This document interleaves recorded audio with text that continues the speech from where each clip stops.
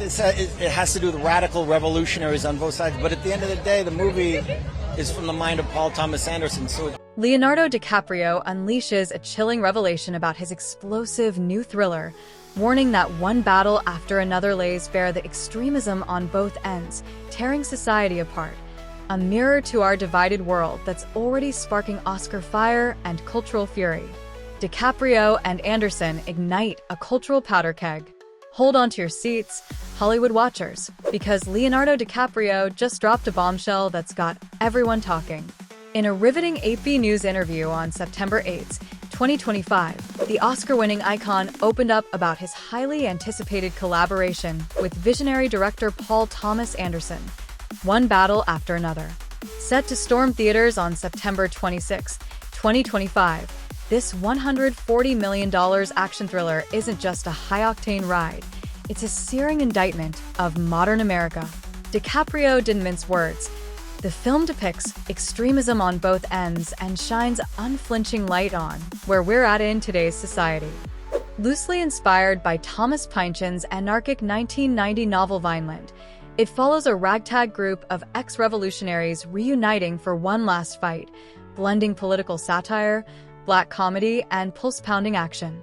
With a powerhouse cast including Sean Penn, Benicio del Toro, Regina Hall, and Teyana Taylor, this isn't your typical blockbuster. It's a wake-up call that's already dividing audiences and fueling debates on polarization, from radical leftists to far-right zealots. The stakes couldn't be higher. As America grapples with election year tensions, DiCaprio's words have turned the film into a cultural lightning rod. Is this the movie that finally bridges or blows up the divide? Early screenings are buzzing, with Steven Spielberg calling it incredible and critics hailing it as one of 2025's best. But with its raw take on tribalism and lost ideals, One Battle After Another is poised to be more than entertainment. It's a battle cry for our fractured times. From script to screen, a revolution unfolds. Fade in, a dusty off-the-grid hideout in the American Southwest, where Bob Ferguson, DiCaprio, a once fierce civil rights activist turned pot-smoking recluse, lounges in a ratty bathrobe, his world shattered when his daughter Willa, Chase Infinity, is kidnapped by a vengeful ultra-conservative army colonel, Steve Lockjaw, Sean Penn. Enter the French 75, a radical revolutionary crew from the 60s counterculture days, fiery perfidia, Teyana Taylor, Measure Deandra, Regina Hall, wise Sensei Sergio, Benicio del Toro, and grizzled Stephen Lockjaw himself. As Bob dusts off his explosives expertise for covert missions blending absurdity and suspense, the group uncovers a web of white supremacist threats and government overreach.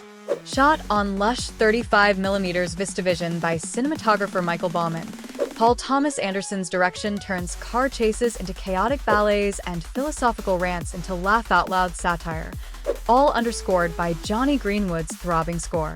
DiCaprio's promo tour has been electric. At the TCL Chinese Theater premiere on September 9, 2025, he told Variety, "This movie is politically charged, but I think it has a lot to do with how tribal we've all become. It's about how we define who we love or tolerate." Echoing the AP quote, he added, "These characters thinking or acting in these extremes can bring a lot of hurt." Anderson, in an Esquire sit-down, revealed the film's roots.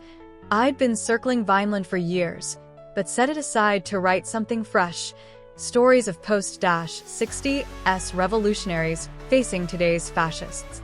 The trailer, dropped in March 2025, exploded online, showing DiCaprio screaming, "Viva la Revolution," amid exploding cars and Del Toro shoving him from a speeding vehicle. "We did a lot of crazy stuff," DiCaprio laughed to The Hollywood Reporter. "Paul wants to see the dude fall. It's a series of failures, inspired by The Big Lebowski." The media fallout? Volcanic. The New York Times dissected its Pynchon ties, calling it a riveting masterclass in absurdity, satire, and suspense. Variety reported first reactions from Spielberg. "PDA rips. DiCaprio is in top form. Teyana Taylor a standout. Chase Infinity a revelation." Social media erupted. X, formerly Twitter, lit up with hashtag One Battle After Another trending globally. At Film Critic Pro tweeted, DiCaprio's unhinged Bob is Oscar gold. Finally, a film that calls out extremism without picking sides. At CinemaNerd88 posted, "This trailer? Pure chaos. Leo in a bathrobe fighting fascists? Sign me up." But controversy brewed. Conservative outlets like Fox News slammed it as leftist propaganda, while progressives on Reddit r/Letterboxd debated, is it too centrist? Love the satire, but does it humanize the radicals enough? Memes flooded TikTok. DiCaprio's gross mustache and blue blocker glasses became instant icons, remixed with political rants. One viral clip from the CinemaCon panel showed DiCaprio, Hall, and Taylor hyping the film's improv energy. Paul's ability to work with actors is bar none. DiCaprio gushed. The buzz?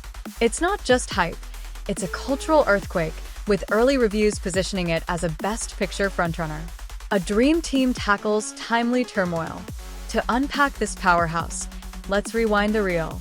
Paul Thomas Anderson, 55, is cinema's mad genius.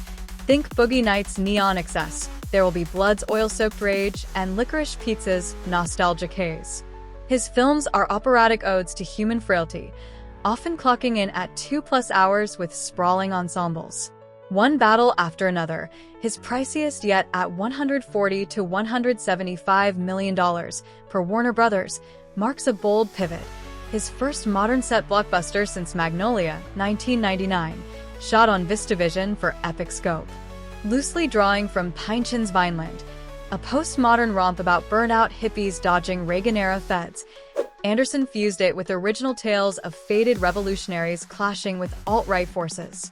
Filming spanned Sacramento, Anza Borrego Desert, and El Paso from January to June 2024, with DiCaprio channeling Jeff Bridges, dude for Bob's laid-back menace. "I never read Vineland during prep," DiCaprio admitted in Esquire, "but now I see the roots, the post-60s disillusionment." Leonardo DiCaprio, 50, has been chasing Anderson since turning down Boogie Nights for Titanic in 1997. The Revenant Oscar winner, his only win after 6 nods, thrives on intense roles, from the Wolf of Wall Street's sleazy excess to Killers of the Flower Moon's haunted gravitas. Here, he plays an atypical hero, a stoner dad thrust into chaos. Drawing from his activist roots, he's long championed climate and social justice. The cast? A Murderer's Row. Penn, Licorice Pizza, as the villainous Colonel, Del Toro, the counselor, as the Zen mentor, Hall, The Hate U Give, as the grounded voice, Taylor, 8001, as the passionate partner and newcomer infinity stealing scenes as Willa. Alana Hayam, Licorice Pizza, and Wood Harris rounded out. Let's get real, this film guts me. DiCaprio's warning about extremism on both ends isn't just promo speak. It's a raw, emotional truth in our scream-at-screens era.